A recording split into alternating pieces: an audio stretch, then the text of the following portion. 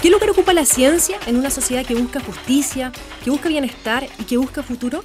¿Es solo una forma de entender el mundo o también es una forma de transformarlo? ¿Y qué pasa cuando dejamos de hacer preguntas, cuando se interrumpe la búsqueda, cuando se debilita el diálogo entre el conocimiento y la ciudadanía? Bienvenidas y bienvenidos a La Sociedad de la Ciencia, un programa que nace para ser un espacio de reflexión sobre el rol que juega la ciencia en el desarrollo de un país.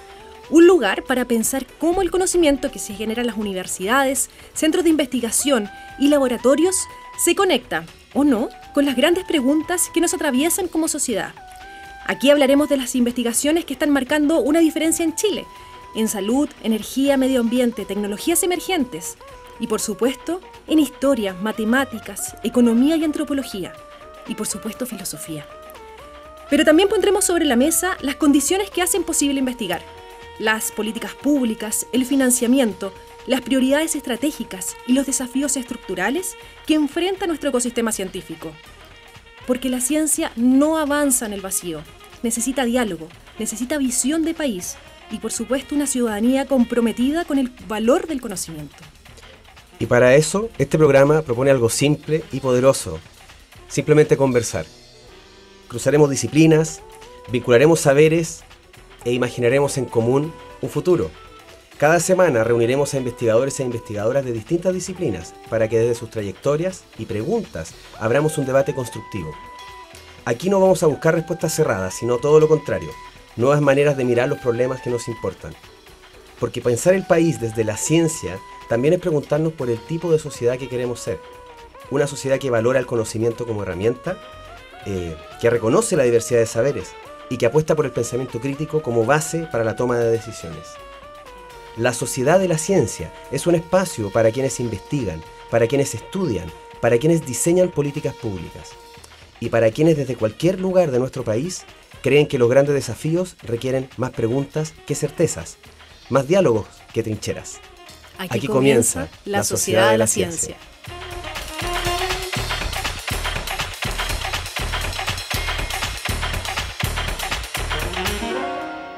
Ya estamos de vuelta en este primer episodio de La Sociedad de la Ciencia, este espacio que nos va a acompañar cada viernes entre las 13 y las 14 horas aquí en la USACH, en la 94.5 FM, en el canal 50.2 de la televisión digital abierta y por supuesto en todas las plataformas digitales de la Universidad de Santiago de Chile. Soy Macarena Rojas Ábalos, bióloga, y en algún momento de la vida salté de la vereda del frente y desde el periodismo me dedico a la comunicación de la ciencia. Yo soy Fernando Ortiz, yo soy neurobiólogo y académico de la USACH y llevo poquito más de 10 años dedicándome a la divulgación científica. Y como comentas, Maca, cada semana traeremos a esta mesa, a este lugar, una conversación sobre ciencia y sociedad. ¿Qué queremos hacer? ¿Para dónde queremos ir? De hecho, Feña, en el siguiente bloque vamos a estar con dos grandes panelistas. Nos van a acompañar dos académicos y también son investigadores. Estamos hablando de Alexia Núñez, de la Universidad de Chile, y también Leonel Rojo, de la Universidad de Santiago de Chile. Con ellos vamos a conversar sobre un tema que es súper recurrente en la investigación, que es el contraste, pero también la similitud entre la investigación básica y la investigación aplicada.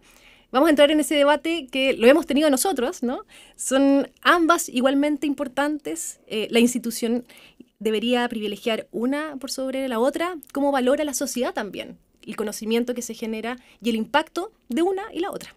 Esa es una discusión bastante habitual en el mundo del quehacer científico, la investigación y la academia, pero antes de ir allí, creo que vale harto la pena comentar sobre el origen de este programa. Que este programa, esta idea, este proyecto, nace con el objetivo de insertar el quehacer científico en nuestra sociedad, darle la importancia que tiene para el desarrollo cultural y económico y educativo de nuestro país. Nosotros creemos que la ciencia, la investigación y todo el quehacer académico debieran ser parte de la cultura de un país y de esa manera estar representada también en su idiosincrasia. Con mayor razón en esta época, donde tenemos muchos desafíos en el ámbito ecológico, en el ámbito climático, en la erupción de tecnologías basadas en inteligencia artificial. Y también porque hoy en día, en tiempos de desinformación, en manipulación de datos y en tiempos también de medias verdades, es súper importante tener esta discusión y que la ciudadanía también se empape y pida y reclame ese rol, ¿no? Y que nosotros, como mediadores, que tú también como académico, estemos al servicio de la sociedad y dejemos de mirarnos ese ombligo. Sí, y este es un año particularmente interesante para hablar de estas cosas. Absolutamente. Pero también queremos, y quizás este es el espacio, ¿no?, para agarrar el terreno y volcar también sobre la institucionalidad, ¿no? Porque no es... el ministerio apareció hace poco, pero tenemos de alguna forma institucionalidad científica hace bastantes años. Es cierto, mira, los números y los datos, que yo parece que soy bueno para los numeritos, pero me interesa para contextualizarlo. La institucionalidad científica en Chile nace el 67 con CONICET. Está ahí donde aparece esta primera intención de organizarnos. Y luego, como parte de CONICET, aparece el programa FONDECIT, el Fondo para el Desarrollo Científico y Tecnológico, y eso aparece en 1981 en dictadura. Sí, por plena dictadura. En plena dictadura. Y como lo dijo alguna vez Francis Bacon, en cómo se hace ciencia en una sociedad, no podemos mirar para el lado y pensar que nada de lo que se hace en la academia es incólume a su ambiente exterior. Entonces, sí, la institución que gobierna la ciencia nace en dictadura, tiene un tinte dictatorial, o al menos tiene una visión de cómo la dictadura veía el desarrollo científico. ¿Y tú crees que eso ha ido cambiando, no? Sí, la verdad es que sí, ha cambiado un poco, pero, o sea, ha cambiado bastante. Pues, para empezar, estamos en democracia, o sea, partamos por ahí. No, pero como ese tinte, sí. ¿no? El tinte ha cambiado de a poquito, pero por ejemplo, esta idea de los Chicago Boys, de la productividad científica, parte de allí, ¿te das cuenta? Parte de esa base. De a poquito se ha ido despegando un poco. Hay gentes importantes en el ambiente académico que tienen una visión del desarrollo científico, tecnológico, la investigación, que es un poquito más de ciencia básica, justamente lo que vamos a hablar más ratito, versus esta productividad. Claro. Pero sí, en general se asocia el desarrollo científico a la economía. Bueno, y eso es parte también del reclamo eterno, ¿no?, desde la vereda de la ciencia hacia la institucionalidad. Sí. O sea, hacia el Estado en general. Sí. ¿Cuán poco nos dan? De hecho, justamente yo creo que, de nuevo números, el Producto Interno Bruto, el porcentaje del Producto Interno Bruto que Chile le dedica a ciencia, estuvo estancado durante 20 años entre el 0,36% y el 0,38%. El gobierno saliente anunció en su última declaración en el Ministerio de Ciencia que habíamos subido al 0,41%. Esto es, digamos, un muy pequeño avance si lo comparáis con los números grandes de los países de la OCDE, que tienen en promedio más de un 2% del Producto Interno Bruto dedicado al desarrollo científico y tecnológico.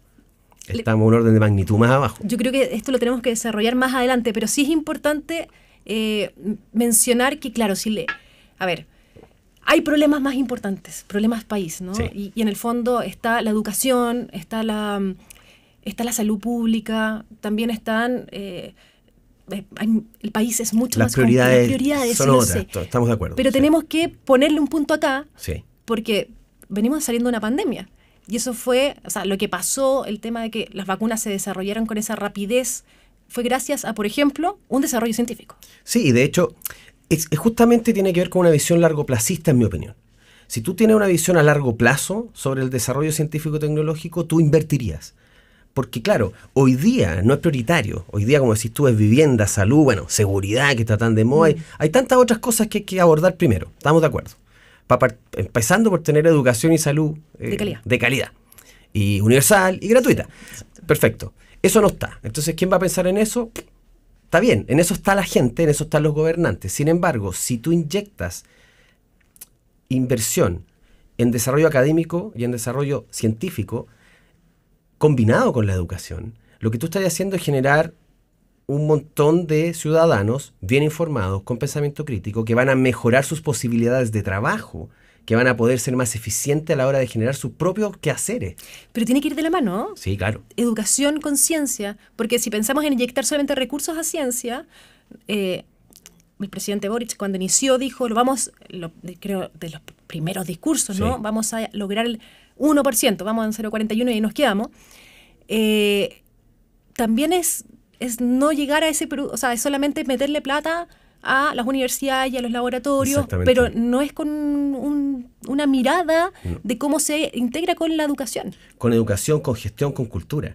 Tiene que permear, ¿te das cuenta? Es una mezcla compleja. Entonces, tratar de resolver el problema solo con inyecciones de dinero tampoco es insuficiente. Al menos es insuficiente. Y además ejemplos hay, ese es el punto.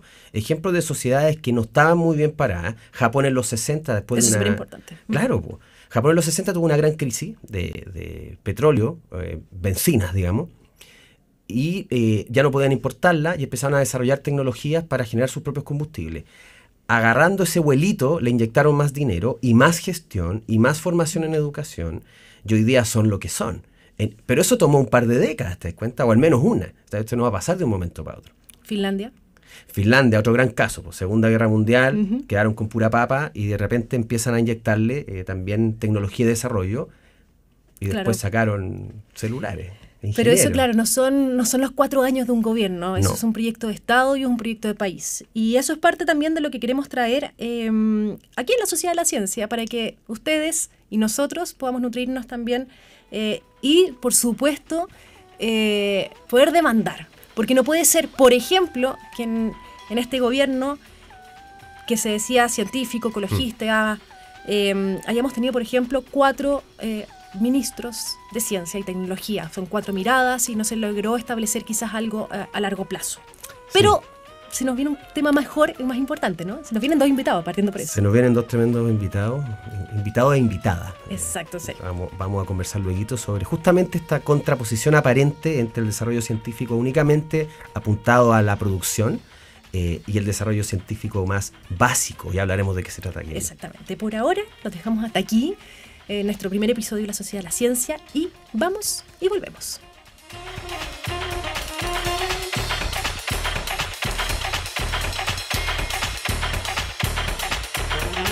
Ya estamos de vuelta en la Sociedad de la Ciencia para conversar sobre los contrastes y también las similitudes que existen entre la investigación aplicada y la investigación básica. Conversábamos al inicio con el Feña, queremos traer a colación si son igualmente válidas e importantes y cuál es su impacto también en la sociedad.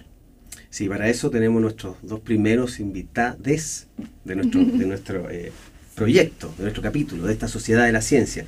Recibimos acá a la doctora Alexia Núñez, bioquímica, doctora en neurociencias, investigadora principal del Laboratorio de Fisiología Celular, académica de la Universidad de Chile, y además les cuento que Alexia es la vicepresidenta de la Sociedad Chilena de Neurociencias.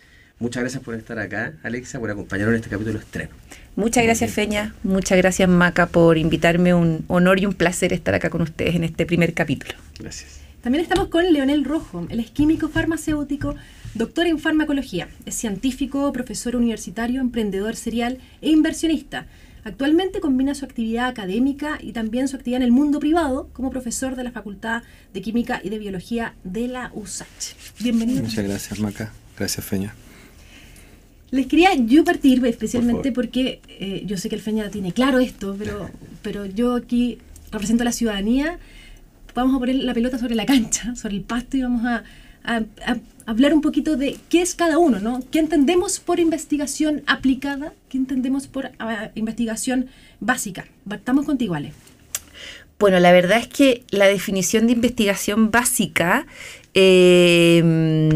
ha sufrido algunas modificaciones a lo largo del tiempo, pero de una mirada bastante general, investigación básica es aquella investigación que se hace por curiosidad, por querer responder preguntas sobre cómo funciona el mundo, cómo funcionan los organismos, de qué están hechas las cosas, ¿no es cierto? Y son preguntas principalmente motivadas por la curiosidad del propio científico por responder estas grandes preguntas. Así es como se ha definido en general. Esta definición ha ido también cambiando con el tiempo, con los años, y porque también la ciencia ha ido cambiando. Pero claro, porque ya no se hace la misma ciencia que se hacía hace 50, 100 años atrás. Pero quizás sea bueno tener la definición de lo que es ciencia aplicada antes de ver cómo estas definiciones han ido cambiando a lo largo del tiempo. O sea, bueno, si me preguntan a mí, yo creo que básicamente hacia dónde van nomás, porque todas responden de la misma manera al problema, que es aplicando un método científico. ¿cierto? Tenemos una hipótesis, creemos que es así, la probamos, y si no es así, bien, y bueno, esa es la forma. Pero cuando uno habla de investigación aplicada, es que la motivación para eso es resolver un problema. Es terminar con una tecnología y no necesariamente con un conocimiento que le es útil a la humanidad para poder entender un fenómeno, ¿me entiendes? Sino que el resultado nace de la necesidad de resolver un problema. Como yo hago que una persona respire debajo del agua porque necesito que trabaje bajo el agua. Entonces hago toda mi experimentación e investigación y mi resultado es que esté 10 minutos sin salir del agua. Y si yo lo logro, bueno, tengo una ventaja competitiva que me permite resolver un problema. Y si no lo tiene otro, bueno, se lo vendo. Eso básicamente. Pero ahí donde... Ya, entiendo en esa definición que hay un objetivo claro definido versus la investigación básica que podría ser una cosa... Abrir quizás. Abrir. Pero eventualmente, y la historia está plagada de ejemplos, la ciencia básica que aparentemente busca responder una pregunta por curiosidad, termina teniendo aplicación. Entonces... Sí, ¿sabes qué pasa? Que casi todas son serendipity, como dicen los Sí, gringos. O sea, sí. yo que lo que estaba Al azar, tratando de claro. hacer era que averiguar cómo durar más bajo el agua, volviendo al mismo ejemplo, Sí, sí. pero descubrí que la fisiología de esto de durar bajo el agua tiene ciertos secretos que los biólogos ya conocían y me aprovecho, comillas, de esos secretos y los incorporo en mi investigación aplicada y a partir de eso tengo un método para poder durar más bajo el agua. Si el científico básico no hubiera hecho la investigación inicial, capaz yo en mi investigación aplicada hubiese tenido que empezar un poquito más atrás. Claro. ¿Te das Es ahí cuenta? donde tú dices, Ale, que quizás ha ido mutando, ¿no? Exactamente, porque resulta que hoy día como se están dando las directrices, especialmente en los gobiernos respecto a la inversión de la ciencia y tecnología, porque evidentemente tenemos dos grandes sectores que invierten en ciencia y tecnología, ¿no? Los gobiernos y también el Estado, digamos, y también las empresas y las empresas con un fin directamente mucho más económico, ¿no? En el fondo aplicar tecnología para resolver un problema que traiga un beneficio económico, que era un poco lo que Leonel recién nos comentaba. Pero la investigación aplicada también se realiza en otros espacios y también se realizan investigaciones para resolver y aplicar conocimiento a otro tipo de problemáticas que no necesariamente terminen en una generación económica o un impacto económico directo como el que está mencionando en este caso, como vender una tecnología, sino que resolver un problema, ¿ya? Y resolver una problemática y estas directrices, ¿no es cierto? Estas grandes temáticas o áreas prioritarias también son definidas por los gobiernos. Y entonces ahí es donde se invierte la ciencia y esta necesidad de resolver este problema conlleva dos grandes conversaciones entre la ciencia básica y la ciencia aplicada. Por un lado, queremos aplicar aquello para solucionar ese problema, pero también estamos financiando ciencia básica en vías de poder solucionar ese problema. Entonces, ocurre que ahora la investigación y la ciencia básica y la ciencia aplicada están conversando en un círculo de retroalimentación virtuoso en donde se van retroalimentando para resolver problemáticas. También ocurre en el aspecto para generar tecnologías y productos, ¿no es cierto?, aplicables al comercio, pero también ocurre para resolver problemas sociales, para resolver problemas de la educación, para resolver problemas, bueno, en un sinfín de áreas también. Ya existe, perdón. Es que reducirlo al tema comercial yo creo que es un error. Yo quizás lo expresé así, pero uno orienta la ciencia aplicada a resolver un problema, ¿ya? Y tú puedes hacerlo a título oneroso, cobrando, o tú puedes hacerlo como un bien hacia la comunidad. Existen Exacto. proyectos, ¿cierto?, de este tipo, pero finalmente lo que uno persigue es resolver un problema. Exacto. Y en el tema prioridades, yo creo que los gobiernos se tienen que poner de acuerdo. Por ejemplo, si tú vas a Noruega y intentas entender en qué está gastando la plata de investigación ese país la está gastando en salmones, en la acuicultura. Hay un alineamiento, ¿no? Claro, una mirada, porque exactamente. un área prioritaria. Vamos hacia un lugar. Claro, entonces los científicos están haciendo ciencia súper dura, de primer nivel, trabajando con virus y modificando genéticamente cepas o lo que sea, pero el norte de eso es mejorar su producción de salmones. Y eso en el delta comercial o de dinero da de vuelta inversión para mantener la ciencia y tecnología. Pero si ellos no se preocuparan de mantener un mercado competitivo de salmones en el mundo, no tendrían un delta positivo de presupuesto para poder apoyar la ciencia básica. ¿Me entiendes? Porque un país como el nuestro no se puede, ahí voy yo, dar el lujo de gastar plata en cuestiones que van a beneficiar al mundo desarrollado. Es un tema muy discutible. Lo que pasa es que ahí está cómo los gobiernos definen esas áreas prioritarias, ¿no es cierto? Hay áreas prioritarias que tienen un impacto muy directo y pueden tener una transferencia más rápida que ocurra desde la investigación hasta la aplicación, como en el caso que tú estás mencionando de la acuicultura, ¿no es cierto? Acá nosotros en Chile también tenemos una industria de salmones y se hace bastante investigación en el sur de Chile justamente enfocada en microbiología y nutrición, ¿no es cierto?, asociada justamente a los salmones. El punto está en que hay desafíos y problemáticas sociales, evidentemente, que son mucho más grandes, que hacen relación con el convivir, con el vivir de los ciudadanos de los países. Y ese tipo también pueden ser áreas prioritarias. Por ejemplo, la educación, ¿no es cierto? Resolver problemáticas que están asociadas a la educación de un país. Entonces, hay problemas que evidentemente son mucho más fáciles de atacar y otros problemas que son más holísticos de atacar, que también son prioridad para los gobiernos. Y ahí hay que invertir recursos. Y ahí es donde yo argumento que la conversación entre la ciencia básica y la ciencia aplicada debe potenciarse en su conjunto, ¿no es cierto? Tenemos que hacer ciencia básica, pero tenemos que asegurar que llegue a puerto esa ciencia básica. Ahora, la pregunta que si uno se genera como científico en este marco, bueno, son infinitas, ¿no? Son infinitas. Ese es un punto importante. Me gustó tu ejemplo de la educación. Uno podría imaginar ciencia aplicada en educación. Exacto. Sí. Con la misma lógica. Exacto. Yo voy en busca de resolver un problema. Los cabros en esta sala no están aprendiendo. ¿Por qué no están aprendiendo? Queremos que aprendan. Entonces tengo un objetivo, claro. Entonces, la investigación que yo voy a hacer, que puede ser cambiar la cantidad de luz en la sala o ponerlo en otra posición, tiene el objetivo de... Entonces sigue siendo aplicado sin un corte industrial, productivo, dinero, sin eso, sin eso en mente. Sí, sí. Sí, es un retorno más social. El que Es uno un está retorno buscando. social, Sí, pero sí. eso afecta a la productividad y la economía. El problema, porque nosotros habíamos estado conversando aquí en la antesala con Leonel, qué pasaba con la productividad, con, digamos, cómo uno mide y es capaz de medir el impacto de la ciencia básica. Es muy complejo, porque justamente hay indicadores que son más fáciles de medir, como justamente estas aplicaciones comerciales, ¿no es cierto?, de la industria, pero hay otras que son mucho más intangibles, que se miden a largo plazo, que son mucho más abstractas, que hacen relación con el bienestar de las personas. ¿Cómo tú cuantificas el bienestar de las personas? Porque a lo mejor eso indirectamente genera un aumento de la productividad, si estamos hablando de economía y productividad de un país, ¿no es cierto? Sí. Entonces, hay una serie de indicadores abstractos que la ciencia básica y el aporte que tiene la ciencia básica, yo creo que es difícil de cuantificar, pero sabemos dentro de nuestras anécdotas, de nuestra vivencia, que existe. El problema es cuando declaramos a priori cuáles son esas áreas prioritarias y decimos, ok, nos vamos hacia la educación, hacia algún tipo de las ciencias biológicas derivado al cambio global y tal.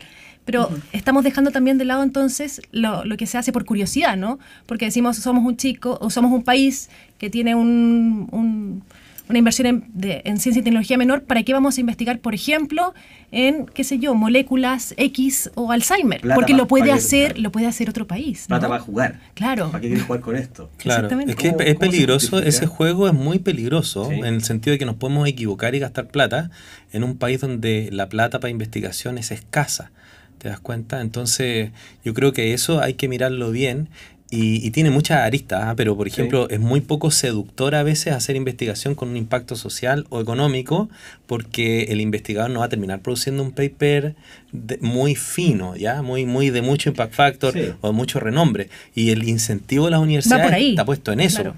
Hemos discutido esto, pero en un montón de foros. Eso es para otro capítulo. Sí. De cómo se incentivan las publicaciones, por O, qué no, estas son mejores que otras. qué te ponen a ti como profe de la universidad, ya hablamos de cualquier Sí, profe de universidad, ¿cómo sí. te van a medir? Por el número de paper que publicáis. Entonces, claro, se van para allá los profes. Y no hacer ciencia aplicada, bueno, ahora ya está cambiando la cosa, y si pones una patente te la consideran. Y si creas una spin-off te la consideran. Y eso pero es un tremendo aliciente. ¿Por qué? Porque va a ser el primer cambio, que es que el profesor vea la investigación como una oportunidad para un desarrollo tecnológico con una aplicación comercial o en la sociedad. El segundo paso, que creo que se va a demorar mucho más en desarrollarse, es el equipo.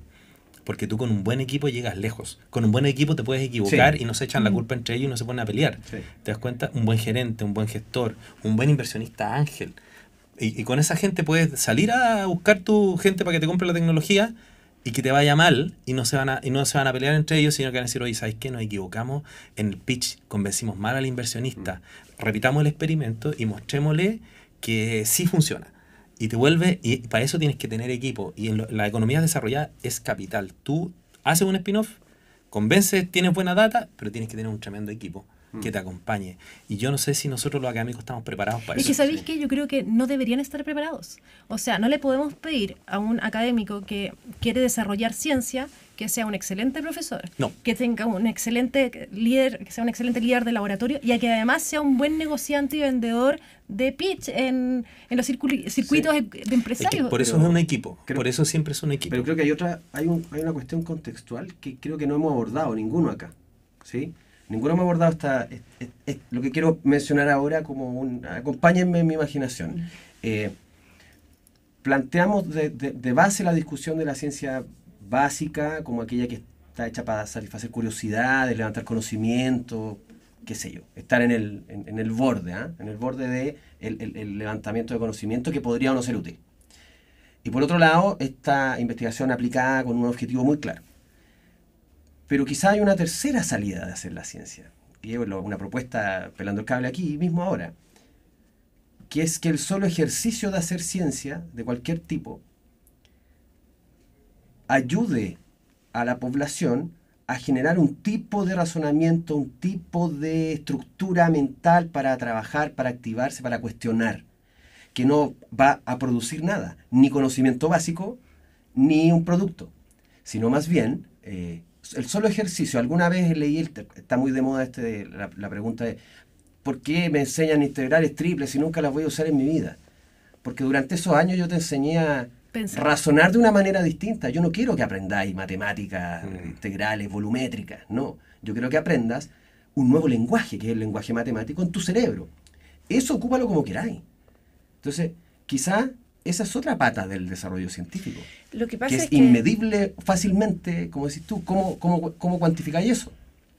Claro, lo que pasa es que ahí yo creo que es súper interesante el punto que hace Feña, y es otro aspecto de la labor científica, ¿no? Que quizás nos alejamos un poco de esto, pero hace relación sí. con justamente la comunicación, la divulgación científica y, en el fondo, cómo nosotros en los colegios, como científicos, podemos conversar con los profesores, por ejemplo, para desarrollar metodologías para que en el aula se pueda desarrollar el pensamiento científico, el pensamiento crítico, y así podemos en el futuro generar, tener ciudadanos que sean capaces de tomar mejores decisiones. ¿Ya? Sí, ese es otro objetivo, digamos. Ese es otro objetivo y quizás podría ser una ciencia aplicada, ¿por qué no? Justamente ahí da lo mismo. ¿Cómo nosotros llevamos este conocimiento que tenemos al aula? Pero yo quería hacer mención de otro punto, hablando de ciencia básica aplicada, sí. Y qué es lo que está pasando en Chile particularmente, porque en Chile en los últimos años hemos vivido un cambio muy relevante con respecto al foco que se le está dando desde el gobierno a la investigación en ciencia. Y yo creo que eso también nos trae a nosotros a esta conversación que es como súper relevante tenerla en este momento. ¿Por qué? Porque hasta hace 40 años atrás, 50 años atrás, la ciencia era principalmente básica. ¿No? Sí. Absolutamente ciencia básica, habían pocos instrumentos de financiación, la investigación se financiaba de una manera no competitiva, en donde se le entregaba, no competitiva entre comillas, no se le entregaba dinero a las universidades dividían estos dineros en general entre sus académicos para desarrollar investigación de una manera muy general. Sin embargo, luego se empezaron a crear estos instrumentos más competitivos, en donde eran fondos concursables para adjudicarse fondos relacionados con investigación también básica, y eran fondos principalmente en donde había un único investigador responsable, ¿ya? O sea, ciencia de A1 y ciencia básica, ¿ya? Y eso se habrá hecho hasta los últimos, 20 años atrás, 25 años atrás en Chile. Y luego empezaron a surgir nuevas iniciativas, entendiendo que la ciencia va cambiando. ¿Y cómo va cambiando la ciencia? Pasa esto, ¿no? Pasa que ya entramos en una lógica de que la ciencia básica nos está entregando herramientas, conocimiento que vamos acumulando, y nos damos cuenta que podemos transformar ese conocimiento en algo útil, ¿ya? Pero en una cuestión generalizada, como institucionalizable, ¿ya? Y se empiezan a generar muchos fondos también justamente para que exista esta transferencia. Empiezan a haber cambios en las universidades que antes no existían, se empiezan a generar oficinas de transferencia en los últimos años, ¿no? Incubadoras, y empieza a surgir una relación con la academia. En paralelo, también en los últimos años ha surgido ha habido una motivación importante por parte del gobierno de generar proyectos transdisciplinarios, ¿no? Entonces vamos de la mano, vamos cambiando una ciencia básica a una ciencia aplicada, con enfoque aplicado, transdisciplinario. Entonces, ahí hay todos unos desafíos, ¿no es cierto?, que se generan en torno a este cambio de inversión de la ciencia. Desafíos que los académicos, que estábamos acostumbrados a hacer ciencia básica y de a uno, chuta, no estábamos tan preparados, ¿no es cierto? Para nada. Para nada, no teníamos ninguna preparación. Entonces, ahí se generan muchos desafíos y que choca desde lo que quiere el gobierno, que están impulsando, y de nosotros como profesionales, expertos en el área, cuáles son nuestras herramientas y nuestras motivaciones. Por eso yo ¿Ya? planteaba. Porque ¿por qué se fíjate está que eso pidiendo? va en contra de la naturaleza de lo que dicen que son los científicos. A mí me da una risa esta cuestión. Porque los científicos somos flexibles, conocemos el mundo, tenemos la mente abierta, hemos hecho investigación y nos metemos en transdisciplinaridad. Yo puedo pensar en matemática, en biología, en física, porque mi problema involucra todas las disciplinas. Pero tú le decís, cámbiate la investigación un rato. No. No, yo soy entomólogo y yo busco... No, flaco, lo que necesito es que las manzanas lleguen intactas a China y los cerezas y todo el cuento. Ah, no, lo que pasa es que a mí el problema que me convoca es la biología molecular del ojo, del insecto, porque... Y ahí se perdió. Y te digo, la capacidad de cambiarse de área en la universidad es nula. Y si tú ves a un colega que se cambió de área y que tú lo conociste toda la vida como biólogo de proteínas quinasa y un día lo viste en ciencias cognitivas, Te hace ruido. que dice, oye, este gallo se metió otra Un cuestión. aparecido. Claro. Un aparecido. No, encima, ¿Qué pasó? digámoslo por su nombre, te pelan. ¿Te das cuenta? Es mal visto el cambio de área. Y la verdad es que a veces la industria no necesita que te metas tanto en profundidad en una cosa para resolver el problema. Va a lo que tú dices. Si a mí me enseñaron a pensar como científico y me enseñaron que la curiosidad era buena y que ser independiente y tener pensamiento independiente y ser el valiente que dice, ¿sabes qué? Pienso distinto, es bueno. Me da lo mismo cambiarme de área. En este momento voy a hacer mi acto de protesta, me voy a cambiar de área, voy a ocupar todo mi método científico para resolver un problema que me está poniendo la sociedad.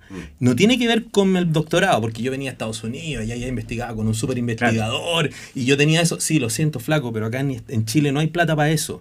Y nos estamos muriendo porque no hay capacidad diagnóstica para COVID a la masa y a la velocidad que necesitamos. Muévete con eso. Terrible ejemplo, ¿ah? Porque igual los proyectos ANIL COVID, no sé si tú los viste, te dan 60 palos para que resolver. Te voy a hacer una pregunta, a ver si ¿sabes cuántos problemas COVID se resolvieron con esos proyectos? ¡Cero! Listo, aguántame ahí. Porque es ¡Cero! estamos hablando de algo que hace poco tuve una conversación, que esta la traigo de afuera, esta pregunta la traigo de afuera, no siquiera sale de mí. Al público que nos escucha, que espero que nos escuche, que debería ser masivo, ¿sí? Que debería ser masivo, no le importa. No le importa ni... ¿Cuál es el producto de la ciencia básica? Papers. ¿Cuál es el producto, ojo, de la ciencia aplicada, al menos en Chile, con los fondos actuales? Podemos hablar de eso, pero los fondos actuales para investigación aplicada en Chile te piden al final del proyecto una patente o el intento de patente, ni siquiera una patente, y el inicio de una empresa. Ninguno, ni el paper, ni la patente, ni el inicio de empresa me soluciona un problema. A mí que soy ciudadano. Entonces, sí, pregunta para ambos. Tú das en el clavo, mira. ¿Qué está pasando? ¿Cómo estamos devolviendo? Sí, están mal puestos los incentivos y las respuestas. Y eso es transversal a Corfo, Fondef, FIA, FIC regional, los antiguos Fontec. ¿Por qué? Porque cuando tú estás en una empresa, a mí me toca hacer esto, me ha tocado en los directorios donde estoy, aprobar presupuestos para unidades de investigación. Me voy a acordar uno de robótica. Yo te lo he comentado. Mi gerente del área robótica me decía, vamos a hacer esto. Yo le decía, imposible. Yo con mi PhD te digo que esa cuestión es imposible. Y no te apruebo el presupuesto. Y yo, bueno, un voto de varios, pero digo que no. Y resulta ser que con el tiempo este gallo me demostró que era real y era posible. Pero yo no le puse un paper como incentivo. Le dije, mira, flaco, aquí está aprobado tu proyecto para la unidad de robótica de este año. ¿Cuánto vendemos con eso? Mira, el mercado es de $1 millón, vamos a ganar 150 millones de pesos nomás. O sea, vamos a ir un porcentaje del mercado. Dale, fantástico, tirémonos. Perdemos, y fíjate, es un riesgo, porque ya, no hablando ya de las empresas donde yo estoy sentado en el directorio, pero en cualquier empresa, el tipo no hace una apuesta de como, oye, te creo, vamos a ver qué pasa. Te dice, ¿sabes qué, flaco? Aquí está, de las utilidades, voy a sacar 30, 40 o 50 palos y te los voy a pasar para que las juegues. Y si te va mal, bueno, la empresa perdió, bueno, no aprovechó esos 30 palos. Si te va bien, por favor, devuelve, reinvierte, y la apuesta es muy seria. Pero yo te pido resultados serios también. Entonces, cuando tú vayas a los resultados que se le piden, la capacidad de inversión que viene de todos los contribuyentes, esto es taxpayer money, es de los impuestos de todo el mundo. no hay una devolución en revenues, en dinero. Hay una devolución en cuanto, puso la patente, ¡ay, qué lindo! Y resulta ser que incluso si te la dieron, tenés gastos de mantención de la patente. Claro. Y tenés que abandonarla porque no tienes para pagar los maintenance fees, que son obligatorios si no vas a perder la patente. Y esa es la realidad, te desafío. A toda la universidad del país tienen su portafolio de patentes súper ordenado. Anda a preguntarle cuánto es la tasa de licenciamiento que tienen. Espérame para volver con eso. Cero. Pero para la misma pregunta, pero del otro lado. Le doblemos el paper a la sociedad. ¿Cómo le devolvemos? Es que va lo que tú decías antes nomás. ¿Cómo le devolvemos? ¿Cómo hacemos pensamiento crítico, no? Bueno, no es exclusivamente hacer pensamiento crítico, porque, y eso también, evidentemente, la ciencia básica también tiene sus falencias en cómo comunica sus descubrimientos. Nosotros antiguamente, porque la ciencia básica tiene el objetivo de generar conocimiento, publicar conocimiento y difundir el conocimiento. ¿Ya? Sí, pero ¿a quién que exactamente. Ese es un punto, porque existe una industria de publicaciones científicas que es bien nefasta. Sí. ¿Ya? Entonces, tú con tu proyecto Fondesit, que son, no sé, 57 millones de pesos, 60 millones de pesos, aparte tienes que pagar tus publicaciones. Y porque yo hago una investigación, financio mi investigación, por publicarla, tengo que pagar desde 2,5 millones de pesos hasta 15 millones de pesos, dependiendo de la revista. ¿Ya? Para que sepan, un paper. O más. ¿Qué ocurre? Antiguamente estas revistas eran... Espera, ¿de dónde viene ese dinero? De los contribuyentes, Los contribuyentes. No, absolutamente. De los contribuyentes, De los plata de contribuyentes, todos nosotros. de los impuestos. Perfecto. Entonces, ¿qué ocurre? Antiguamente el valor era un poco menor, pero las revistas solamente podían consumir el contenido de las revistas aquellos que pagaban además una suscripción a la revista. O sea, era negocio redondo para la revista. Por supuesto. Y además encima, los mismos artículos que la revista publicaba los revisaban pares. Los mismos científicos ad honorem. Claro. ¿Ya? Entonces la revista es un negocio. Todavía es un sí, negocio. sí, Todavía. claro, sí. Y que tú revises un paper ad honorem, tú lo pones como una de las actividades como académico. Bueno. Resulta que esto ha ido cambiando con los años. No, es nefasto el sistema de publicaciones. Esto con los años ha ido cambiando y ahora existe un concepto que se llama Open Access. El Open Access es una mala solución, pero intentaba justamente solucionar el problema del acceso a la comunicación científica. Y estas Open Access, ¿qué son? Son revistas que una vez publican el contenido, está abierto para toda la comunidad. Tú no necesitas una suscripción para poder acceder a ese conocimiento, a ese paper. Bien. Ya abrimos una brecha, pero una brecha bien cortita, digamos, porque ¿quién puede acceder a ese paper? ¿Quién puede entender ese paper? Que además está en inglés, la mayoría de las publicaciones está en inglés, con un lenguaje absolutamente técnico, llega a los científicos. Pero claro, sacamos un pare. Sacamos un pare. Entonces, ¿qué ocurre? Ahora hay revistas que te exigen que tú envíes un resumen para público general dentro de tu artículo, que tiene que ser de un párrafo de, no sé, 200 palabras y aparte te piden un abstract gráfico. Tú que hagas un dibujito y un bueno, otra barrera que quizás también se ha ido otra brecha que se ha ido cerrando, pero aún así eso no va a llegar al profesor de la escuela. Eso no va a llegar al microempresario, a este chiquillo o chiquilla que está emprendiendo en Instagram. No llega a ese conocimiento. No llegan a los estudiantes. No llegan a los estudiantes. Uno de los estudiantes universitarios tiene que mostrarle PubMed, que es la página para bajar estos artículos, porque no está de base. No está de base. Sigue quedando en nuestro círculo enano. Yo insisto que la curiosidad para poder ir a todas esas cosas tiene que ser el motor de vida de alguien. ¿Te das cuenta? A mí me gustaría alguien que se metiera a PubMed porque tiene curiosidad en resolver un problema que a él le atormenta. Porque eso es el motor más poderoso. No estudiar la ciencia porque el profe me está diciendo, sino que hay algo dentro de mí que me dice, oye, que voy a estudiar este problema hasta donde más lo pueda entender. Y si eso me lleva a un PubMed paper, fantástico. Pero es una cuestión previa. Quizás tiene que ver con lo que tú dices, formar gente curiosa, capaz de hacerse preguntas, pero de ir al fondo con su pregunta y de llegar hasta ese nivel. Y mostrarle dónde pueden ir a buscar fuentes de información, porque es muy poco amigable. Es que eso te iba a decir, o sea, métete a PubMed. No, es amigable, eso está feo. O sea, claro, eso está feo. No es intuitivo. Sí, está feo para la foto. Y además es difícil, tú entregas algo, tú bajas algo, lo miras y después no entiendes lo que ves. No, Y por mucha curiosidad que tú tengas, tú tienes que lograr entender para poder además seguir adelante, porque si no la barrera de conocimiento, entonces está súper bien las Entonces, publicaciones. ¿qué ocurre? Los científicos también, si bien tenemos este estrés del sistema, ¿no es cierto?, que en los últimos años ocurriendo, también los científicos vamos cambiando, así hemos ido cambiando, ya no somos los mismos de hace 5 años, los mismos de hace 10 años, ¿no es cierto? Las antiguas generaciones se han ido jubilando y llegamos las nuevas generaciones con algunas ideas y algunas... I don't know. Y un compromiso social distinto. Sí. Quizás no asociado, No sé si tanto. lo que pasa es que fíjate que aquí hagamos una diferencia, yo creo que es súper importante para los científicos. Yo creo que el científico no está en contra, al menos el científico como yo me declaro, yo soy una científica básica, neurobióloga ya, no estoy en contra de la aplicación del conocimiento. Eso a mí me parece fascinante y me parece muy útil. Lo que a mí no logra mover mi corazón y las 2 horas que me quedan el fin de semana que no las trabajé en esto de la ciencia básica, no es el dinero. Y yo creo que ahí está una cuestión que es fundamental.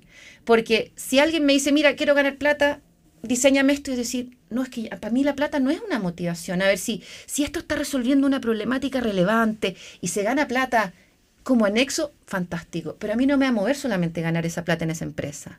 Entonces es una cuestión de motivación. Hay gente que sí, y está súper bien. No, yo estoy diciendo en general. Hay estudiantes. Hay gente que sí. Mira, claramente. No. Pero está súper bien, ¿no? Pero es esa motivación, es ese objetivo. ¿Cuál es el fin último? ¿El fin último de la ciencia aplicada es resolver problemas o ganar plata? Parece que es resolver problemas. Entonces ahí sí yo puedo estar alineándome, ¿ya? Pero entonces así me tengo que yo convencer de que eso es y me tienen que apoyar. Y yo no voy a ir a crear una empresa entonces para vender esa cosa porque no es lo que a mí me interesa, ¿no? Sí. Yo creo que hay barreras que se van generando porque unas cosas son los ingenieros, otra cosa son los economistas, otra cosa es el ingeniero comercial, otra cosa es el científico. Si a mí me dicen, Alexia, mira, tengo este problema, ayúdame a resolverlo, y porque va a cambiar esto y esto y esto, va a aportar en esto, y digo, perfecto, mira, y aún no lo debería decir, pero la mayoría lo hacemos gratis. Por ¿ya? supuesto. Es como solamente por amor al arte. Por supuesto. Y me siento contigo, y me siento con este estudiante, y vemos y buscamos soluciones, investigamos, porque nos mueve eso, ¿ya? Y evidentemente esa es nuestra motivación. Bueno, ya. Pero todos lo hacemos, ¿ya? Que créeme, sí, no estoy diciendo que tú no lo hagas, yo también lo sé. Pero fíjate, el problema es hacerlo gratis. Absolutamente. El problema de hacerlo gratis es todo, que tú dejas de vivir ciertas horas de tu vida que las tienes que meter en otras cosas. Entonces, yo escuché esto de no sé quién, pero es muy famosa la frase, si sabes hacer algo bien, no lo hagas gratis. ¿Por qué? Pero no por el lucro, no porque hay un delta económico, sino porque si tú le pones valor a eso, la sociedad lo puede pagar y tú puedes expandir eso. ¿Te das cuenta? Tú dejas a alguien que vive su vida gracias a eso y tú sigues creando, porque yo te entiendo, un científico no está para ejecutar muchas de las ideas de transferencia tecnológica, pero sí está para pensarlas. Exacto. Para sentarse a pensar en el futuro, en cómo hacer esto, en cómo diagnosticar. Si nos enfrentamos a una pandemia tan grave como el COVID, ¿qué hacemos para no quedar tan en pelotas como quedamos y cómo reaccionar más rápido? Eso es un llamado a un científico. El científico tiene que usar su genialidad para eso. Ya luego en la ejecución habrá un montón de gente que la pueda llevar a cabo. Exacto. Pero, estoy sumamente de acuerdo pero fíjate, con eso. No siempre lo pensamos. Nuestros científicos, y volviendo al tema del COVID, yo creo, capaz me estoy equivocando, me voy a tirar piedra después de algún lado, pero no creo que los proyectos que ANIT puso para resolver el tema COVID resolvieron nada. Y fíjate lo que hizo Israel, tenía al día siguiente, bueno, literal no, pero muy poco tiempo, y Corea también, y Estados Unidos también, Italia también, 3 diagnósticos con anticuerpos pegados en esferas coloidales de oro que tú podías dejarle caer una gota de saliva y te daba positivo para el antígeno ¿Sabes qué pasa?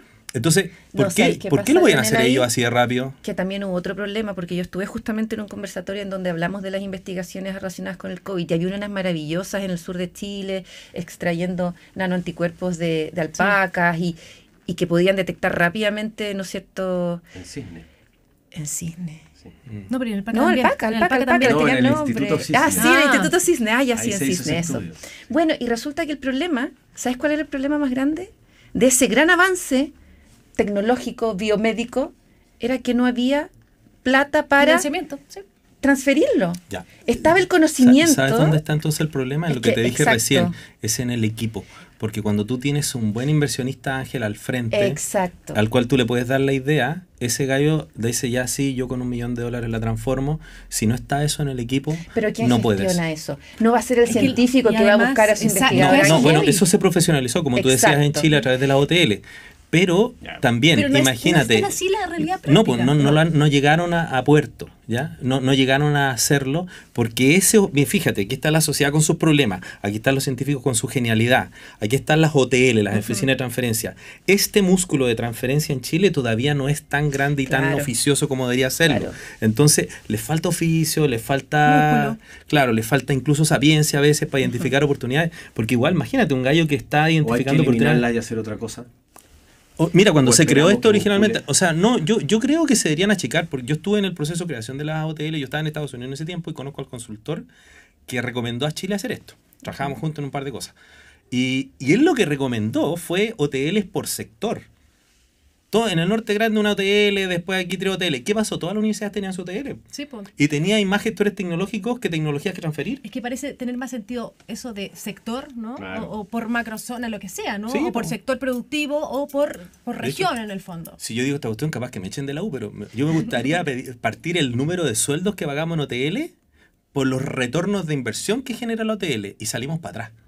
Está bien, en un Pero habría que principio hacer tenemos... eso con todos los que se En ganaron todas. un Fondef, un- No, porque ¿Cuánto cuando han tú tienes retornado? el ¿Cuánto se resultado, gastó? sí, por supuesto, pero es que ya dijimos que el científico no va a hacer eso. El científico eso. no va a ir a buscar transferencia de ningún tipo, el promedio, hay gente que para hacer la cuestión ya. Pero si tú agarras los que están encargados de la transferencia, son los que dicen, aquí está la patente, perfecto, voy a conversar con Nestlé. Y lo que voy a terminar al final de esa conversación es con un down payment de $350.000 más un 2 años de inversión y desarrollo para poder llegar al mercado. Sí, claro, ¿cierto? suena Sí. súper No, pero en Estados Unidos esa fácil, cuestión es de como todos los días. fácil, Ya. pero no ocurre. Termino Muy bien. siempre con mi down payment de $300.000 y mi proyecto de investigación de 2 años, no. Entonces, vamos a ver qué nos está pasando ahí, porque lo que suele pasar es que la gran cantidad del portafolio de todas las universidades se está congelando, gasta plata en mantención de patentes y no se transfiere. ¿Te das cuenta? Entonces ahí lo que gastamos en recursos humanos y no sé qué, probablemente no se está pagando. Claro, porque es que ¿qué ocurre? O sea, estos fondos COVID, ¿quién los financia? El Ministerio de Ciencia. Claro. ¿No es cierto?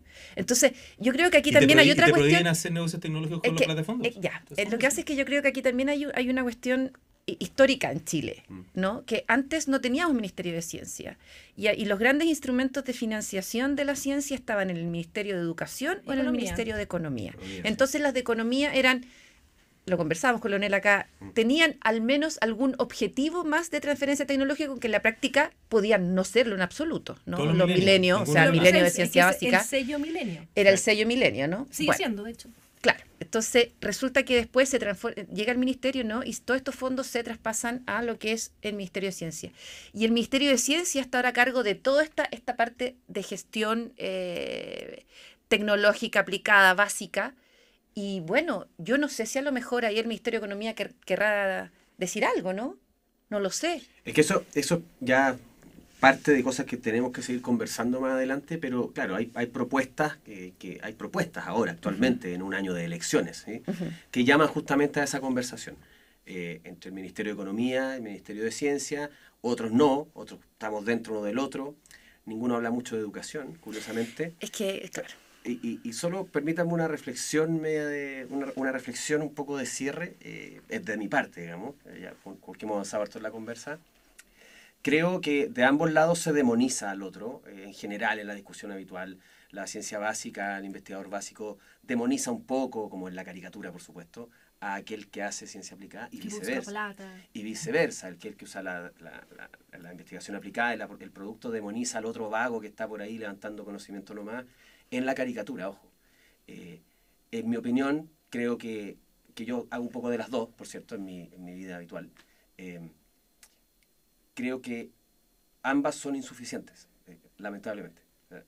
Están buenas, las dos sirven, son necesarias, pero así como están, son insuficientes para cubrir con todo lo que deberíamos cubrir en el desarrollo científico académico. Es una reflexión personal, digamos. No sé si lo ven por ahí. Sí, a mí También un me poco gustaría simplemente, tomando la reflexión de Fernando, decir que los científicos también hemos ido cambiando con los años. Y hoy día la investigación que se hace en los laboratorios de ciencia básica tiene una orientación aplicada. ¿ya? En el fondo quiere resolver problemas. Y problemas en la mayoría de los casos que van más allá de hacerse una pregunta por hacerse una pregunta, sino que se identifica un problema y se responde a través de la ciencia básica. Hay mucha biomedicina hoy en día en los laboratorios haciendo ciencia básica, que en algunos años va a llegar eso a ser transferible. Todavía no, pero en algunos muchos años más va a ser. No lo voy a transferir el que está haciendo la investigación, que es científico básico. Ahí vendrán otros y ocuparán esa tecnología. Y lo otro que estamos haciendo nosotros como científicos es justamente vincularnos con la sociedad. Estamos abriendo los ojos. Ese es el tema que ha quedado al margen de toda esta conversación. Lo traté de instalar antes y no funcionó, pero algo vos, Estefania, la transferencia también debe ser hacia la sociedad. Y esa va en generar este espíritu crítico, conversando con la educación. Y por ahí está la subvención de productos o proyectos para poder llegar. Pero es que solamente nos quedamos en la subvención, po. O sea, y también cuánto de la investigación aplicada hace un esfuerzo para poder llegar. Está bien, estamos generando para que el científico o alguien baje 2 horas, no sé cuántos metros bajo tierra. Ya, pero ¿y quién se lo explica al buzo que puede ocupar eso para la pesca? Mira, yo veo esto como los malls. Cuando tú vas a un mall tenés 2 grandes. Para París, Falabella, y al medio tenía un montón de chicos que apoyan, ¿cierto? En los parques científicos es igual. Aquí deberíamos tener entornos de innovación donde hayan 2 grandes, General Electric, Nestlé, Unilever o lo que sea. Acá. Y al medio, el gallo que está haciendo, no sé, la partícula... No, nada, yo cero, esa gente ni los conozco. Ni los conozco. Vamos a dejar aquí... Pero tener ese tipo de entorno te asegura que el gallo que trabaja en partículas de salbutapol para que lleguen a los bronquios tenga al tiro a alguien que le diga, no, ¿sabes qué, flaco? Eso no sirve. Y se ha intentado, se llaman parques tecnológicos. Nosotros estamos acostumbrados a los parques industriales, que son enfermos de feo y son puros galpones y qué sé yo, pero generan una tremenda cantidad de plata. Pero no conocemos parques tecnológicos funcionales. Han habido intentos. Han habido intentos, pero fíjate que no han llegado a puerto, pero sería muy bueno que lo hicieran. Desde mi experiencia, lo que ha tenido éxito, en Europa por lo menos, en Estados Unidos, es juntar gente con clúster, y todos los científicos quieren trabajar en un buen parque tecnológico, una buena cafetería, una buena empresa. ¿Por qué no han tenido éxito? Falta management. Un buen management tecnológico haría posible eso. Pero falta una mirada. Por supuesto. Mira, management de parque tecnológico industrial en la minera. Yo tengo algunos intereses en ese lugar y conozco bastante. Ellos compran todo tipo de tecnología. Desde tuberías gigantonas hasta nutrición para sus empleados. Oye, me están cortando, así. Cierre, paren la prensa. Les queríamos agradecer. Bueno, sí, la conversa da pa mucho y siempre se nos quedan y se nos escapan, ¿no? Pedacitos de apertura para seguir. Alexia, Leonel, muchísimas gracias. Además que estábamos nerviosos con el Feña, este es el primer episodio y sentirnos en casa para nosotros era muy importante. Sale bien, gracias a ustedes por la invitación. Sí, gracias. Súper entretenida la conversación. Todos los cariños, Leonel. Todo pasa, Oye, vamos cerrando, ¿no? Vamos cerrando, sí. Los dejamos a todos, invitados e invitadas, a acompañarnos todos los viernes entre las 13 y las 14 horas aquí en la Radio USACH, en el 94.5 FM, también en el 90.2, 50.2 de la televisión digital y por supuesto en las plataformas digitales. Esto es La Sociedad de la Ciencia. Nos vemos el próximo capítulo. Nos escuchamos.